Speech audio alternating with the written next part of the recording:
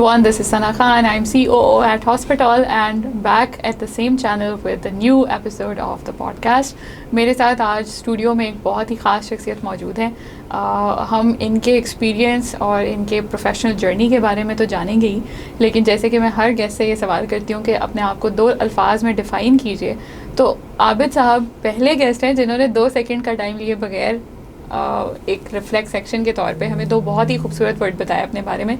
So number 1 is resilience and number 2 is sacrifice. तो मैं sacrifice से शुरू करूँगी कि आबिद साहब ने ये वर्ड क्यों कहा, इसके पीछे क्या स्टोरी है और हम इनके एक्सपीरियंसेस से हम कैसे सीख सकते हैं. First of thank you so much for joining us.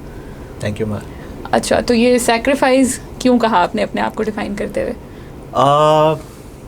So sacrifice is kind of, if you summarize my whole life journey in 2 words, so 2 words पे अगर say 1 word पे आप आएंगी तो I would say sacrifice is the topmost thing that I believe in, because जितना भी human journey है उसमें it started with go back to Adam. So he was asked to sacrifice. He did not, so उसके बाद punishment मिली. So अल्लाह मियाँ की total जो है वो total ask from us is sacrifice. And that happens in day-to-day life as well. This is one word that I taught my daughters as well, sacrifice, because a lot of time you'll be tested on making the right calls, and if you don't sacrifice your interests at that point in time, you'll go down the wrong path. And that's where the whole destruction starts in the longer term. So sacrifice is very, very important for me. बिल्कुल ठीक है. अच्छा, resilience I believe का बहुत लेना देना होगा आपके पर्सनल और प्रोफेशनल दोनों तरह की जर्नी में. इसकी बात मैं ज़रूर करूँगी. एक बहुत इंटरेस्टिंग बात आपको बताती हूँ. ख़ास तौर पे जब मर्द हजरात को एज ए गेस्ट बुलाया जाता है, उनसे बातचीत की जाती है, वो अपने पर्सनल प्रोफेशनल जर्नी के बारे में बहुत अच्छी इंसाइट दे रहे होते हैं, लेकिन बहुत ही कम ऐसा इत्तेफाक होता है कि वो अपनी फैमिली और ख़ास तौर पे अपने बच्चों के बारे में बात करें. तो मेरा ख्याल है पहले हजरत जो थे वो अफ़ान बिन साकिब साहब थे, उन्होंने अपनी बच्चों के बारे में बहुत बात की. He is a very doting father. And second Ayyub sir, तो मुझे प्लीज़ ये बताएं कि ये बच्चों के साथ जो कनेक्शन है, और ख़ास तौर पे कॉर्पोरेट के लोगों का ये समझा जाता है कि बहुत अपटाइट और बड़े वो इनएक्सप्रेसिव किस्म के और होते हैं और बच्चों के साथ टाइम भी स्पेंड नहीं कर पाते हैं, तो कैसे मैनेज करते हैं आप? टाइम तो you're right स्पेंड करना मुश्किल होता है, but you'll have to plan yourselves according to that, तो टाइम निकालना पड़ता है. But I think the amount of time is important, but the quality of time is more important. कि आपको अगर दिन में 1 घंटा भी आधा घंटा भी मिल जाता है तो क्या आप उसको क्वालिटी टाइम स्पेंड कर रहे हैं विद योर किड्स. अनफॉर्चुनेटली मैं कर नहीं पाता इतना ज़्यादा, so I don't want to brag about that, because मेरी ऑब्वियसली फैमिली ने देखना भी है, तो दिल से कि आप टॉल क्लेम्स करके आ गए हैं. बट ये है कि I try to do that. और देखें किड्स के बारे में इसलिए इम्पॉर्टेंट है बिकॉज लॉट ऑफ टाइम्स जब आप सो किड्स ऐसे होते हैं जिनके ऊपर आप अपनी थ्योरीज को, अपनी थॉट्स को, अपने प्रिंसिपल्स को टेस्ट भी कर सकते हैं. बिल्कुल. जो बाकी के होते हैं लोग अराउंड यू, उनके अपनी भी थॉट प्रोसेस होते हैं काफ़ी ज़्यादा. बच्चों पे भी होते हैं. बच्चे क्योंकि क्यूट होते हैं, इनोसेंट होते हैं, so they immediately tell you the true output. तो वो इस वजह से है. और आई ऑल्सो बिलीव के आपकी जो लेगेसी है वो आपकी फैमिली और आपके किड्स ही होते हैं, because this is something which you leave behind in the world for long period of time. So I think उस एंगल से I try to balance. Corporate world में टाइम नहीं मिलता definitely, you right about that, but quality of time is important. हाँ, more important. बिल्कुल ठीक है. अच्छा, अब आते हैं रेजिलियंस पे. रेजिलियंस के पीछे जितनी स्टोरी है ना अब तक पर्सनल और प्रोफेशनल ट्रांजिशन की, उसको ज़रा समराइज करके बताएं. देखिए, resilience is again connected to the first thing, sacrifice, because when you sacrifice you go down a path which is difficult. Because sacrifice करना ही इस वजह से ना, वो मुश्किल रास्ता चूज़ करना है आपने. जब वो मुश्किल रास्ता आपने चूज़ करना है for everything, so वहाँ पे मुश्किल आएगी आपको. you'll come across a lot of challenges. वहाँ पे resilience important है. अगर resilience नहीं होगी तो आप वो in the first place आप वो ऑप्शन को ऑप्ट ही नहीं कर सकेंगे. और life is full of challenges, not only mine, सब लोगों की, आपकी भी होगी डेफिनेटली. और उसमें दिस इज़ वन ट्रेड जो आपको हेल्प करता है टू स्टे ऑन कोर्स. बिल्कुल. एंड व्हेन यू थिंक आप पीछे पास में जब सोचते हैं तो आप सोचें आपको कितने चैलेंजेस आए थे, बिजनेस में कितने चैलेंजेस आए थे, जॉब पे कितने चैलेंजेस आए थे, आपके टास्क में कितने, आपकी एकेडमिक्स में कितने टास्क challenges आए, so जब आप सोचते हैं तो you realize कि वो गुजर गए. वो क्यों गुजरे? Because you showed resilience. और वो रेजिलियंस अगर आप उस टाइम पे ना शो करते तो यू वुड हैव कोलैप्स्ड, और इवेंचुअली आप यहाँ ना होते जहाँ पे आप बैठे हैं इस टाइम पे. तो I think for me, I think वो बहुत इंपॉर्टेंट है कि आप करें. और जैसे जैसे आप ऊपर जाते हैं अपनी लाइफ के अंदर, जिस तरह आगे बढ़ते हैं, तो you face a lot of headwinds. मैं हमेशा एक बात कहता हूँ कि the safest approach for a person is कि वो बिल्कुल दोनों पाँव ज़मीन पे रख के खड़ा हो जाए. But if you really want to run, so in that condition आपके दोनों पाँव हवा में भी आते हैं इस time, so that carries a lot of risk. और वहाँ पे फिर आपको, but in order to run you really have to you know take that stride forward. और अगर आप नहीं करेंगे, वो चांस नहीं लेंगे, तो फिर आप आगे भी नहीं बढ़ सकते. So that is very important. बिल्कुल ठीक है. अच्छा, कैलकुलेटेड रिस्क के ऊपर एंटरप्रेन्योर्स को क्या मशवरा देंगे? इस सवाल पे मैं आती हूँ बाद में, लेकिन अभी क्योंकि हम रेजिलियंस की बात करें, पेप्सी के साथ आपका एक बहुत लंबा जर्नी रहा है और अभी भी माशाल्लाह आप काम कर रहे हैं उसके साथ. तो इसके बारे में पूरे जर्नी में सबसे कोई मोस्ट एक्साइटिंग और चैलेंजिंग पार्ट कौन सा था? फ्रैंकली स्पीकिंग काफ़ी ज़्यादा है, डेली बेसिस पे आते हैं. सबसे यादगार, there were a lot of them actually, you know, but there was one project which was the first automated warehouse project in Pakistan, which is called ASRS. और वो यादगार इस वजह से है कि that was very challenging. Pakistan में उससे हम कहीं से भी लर्निंग नहीं ले सकते थे. इवन हमारे जो OEMs या सप्लायर्स थे, जो कॉन्ट्रैक्टर्स थे, उनके पास भी कोई एक्सपीरियंस बेस नहीं था to you know make sure that the project happens on time. और वो बड़ा critical project भी था हमारे लिए, because supply chain में you know the element of warehouse is very very important. So वो I think was very exciting time because we were learning, the whole team was learning, going through a lot of new learnings. और एक sense of pride भी था कि we are bringing a technology in Pakistan जो कि पहले कभी नहीं आई. It is a completely automated warehouse without intervention from human beings या operators, और वो operate करता है, which is a pride thing for me as well and for the business. तो काम करते साथ साथ सीखा. Exactly. बिल्कुल सही है. आई थिंक रूमी की बात ने बड़ा हौसला दिया होगा कि आपको, कि जैसे जैसे आप रास्ते पे चलते जाते हैं रास्ता बनता जाता है, अपीयर होता जाता है. बिल्कुल ठीक है. आपके ख्याल में कोई भी ऐसा प्रोफेशनल, चाहे वो जॉब मार्केट में आ रहा है, एंटरप्रेन्योरशिप में जा रहा है, या किसी भी वेंचर में अपनी किस्मत आजमाना चाहता है, अभी जैसे स्टूडेंट्स भी बहुत सारे इस पॉडकास्ट को देखते हैं, आपके ख्याल में आजकल की वॉलेटाइल तरीन और डायनामिक मार्केट में कौन सी 2 स्किल्स ऐसी हैं जो आपको सर्वाइव करने में मदद देंगी? I think first of all जो स्किल है वो ये है कि keep developing your self. So your every day should be better than yesterday. Right. वो बड़ा important है. If you don't have that curiosity to learn and that ability to you know take the next things head on, तो वो वहाँ पे you know the stagnant water में smell भी आ जाती है. वो that is a very famous saying. तो stagnant नहीं होना. तो that is one skill कि आप daily basis पे you should look for new things in your life. और second I believe is कि you know, अगर आप थोड़ा सा contemporary terms में बात करें तो डिजिटाइजेशन और सॉफ्ट स्किल्स जो हैं बड़ी इंपॉर्टेंट हैं. Because at the end of the day देखें, अगर आप इंडिविजुअल परफॉर्मर हैं तो आप यू कैन यू नो, तो जितने मर्जी आप आइंस्टाइन हैं ऑफ योर फील्ड, अगर तो आपने अपने रूम में बैठ के रिसर्च करनी है, दैट इज़ फाइन.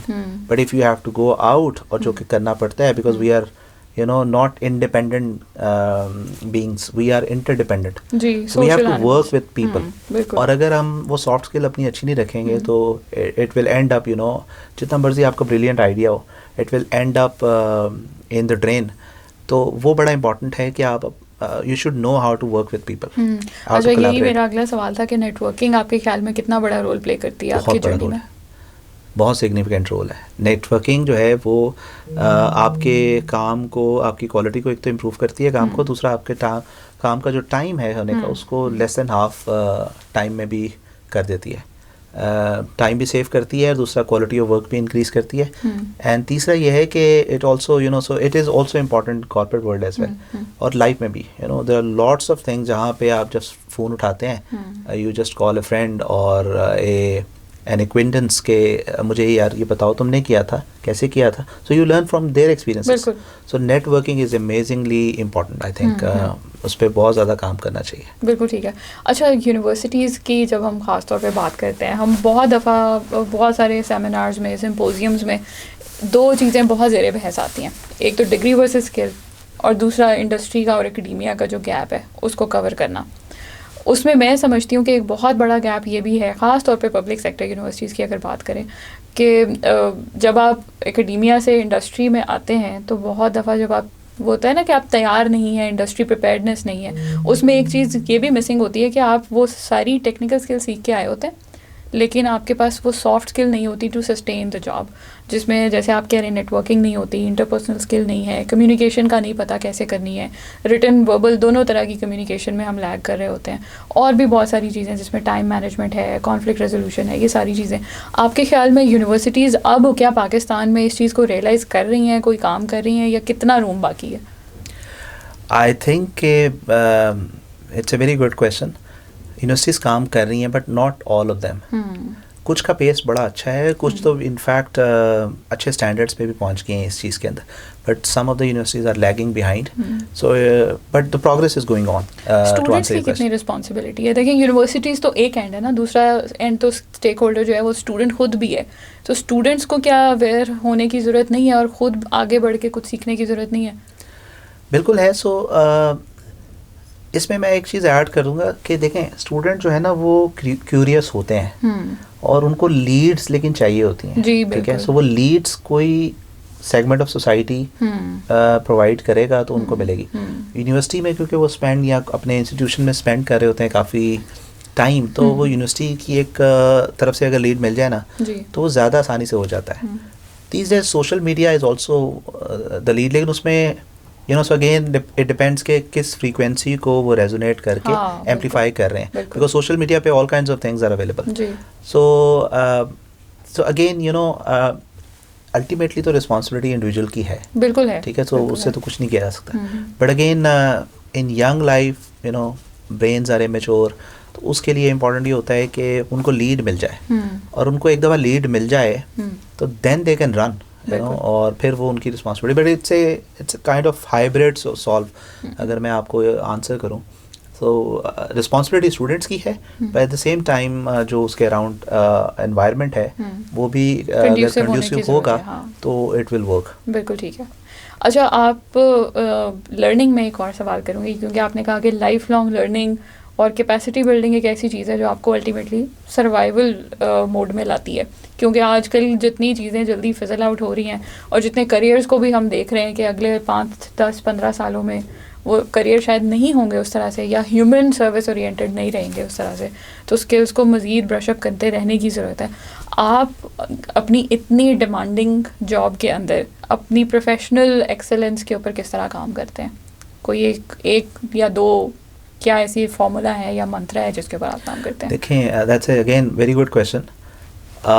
लर्निंग जो है ना वो उसके लिए you don't have to find a dedicated time. You have to, but not always. Passive learning भी हो रही होती है. So on the job learning भी अभी हम जो डिस्कशन कर रहे हैं उसमें भी मैं सीख रहा हूँ.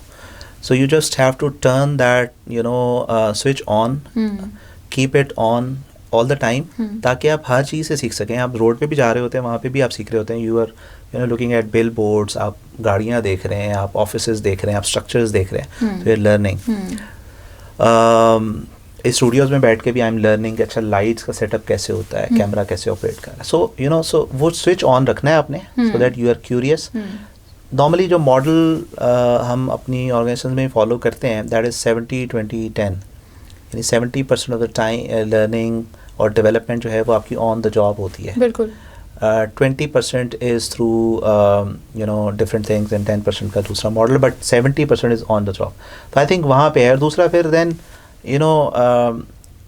आपको वीक में, आई will not say in a day, because daily उस स्केड्यूल को फॉलो करना मुश्किल होता है, but you need to find out some time 3-4 hours for yourself in a week, जिसमें आप बुक को भी टाइम दें, आप ऑनलाइन लर्निंग को भी टाइम दें. बिल्कुल. तो वो करना इम्पॉर्टेंट है. Then the third modus of learning is your network, your friends, your family, even I would say your kids, because वो जो चीज़ें आजकल लेके आ रहे हैं वो आपने they come up with नहीं so many सीखी। questions and those Absolutely. questions open the door for you to reflect कि अच्छा ये क्या होता है। बिल्कुल बिल्कुल बिल्कुल।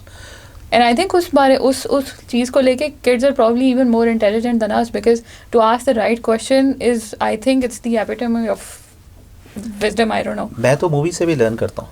Oh, definitely. मतलब Yes. आप देख लें हॉलीवुड की मूवीज़ जो हैं उसके अंदर कितनी ज़्यादा लर्निंग है। बिल्कुल। अभी I visited with my family Singapore में यूनिवर्सल स्टूडियो। वहाँ पे अभी भी आई वाज लर्निंग के स्ट्रक्चर्स किस तरह बने हुए हैं, किस तरह they are operating, what kind of model they are following, what are the opportunities as well. वहाँ पे नज़र आ जाती है कि अगर इस तरह से करें ज़्यादा कस्टमर्स आएंगे इनके पास। बिल्कुल। So you learn everywhere. ठीक है।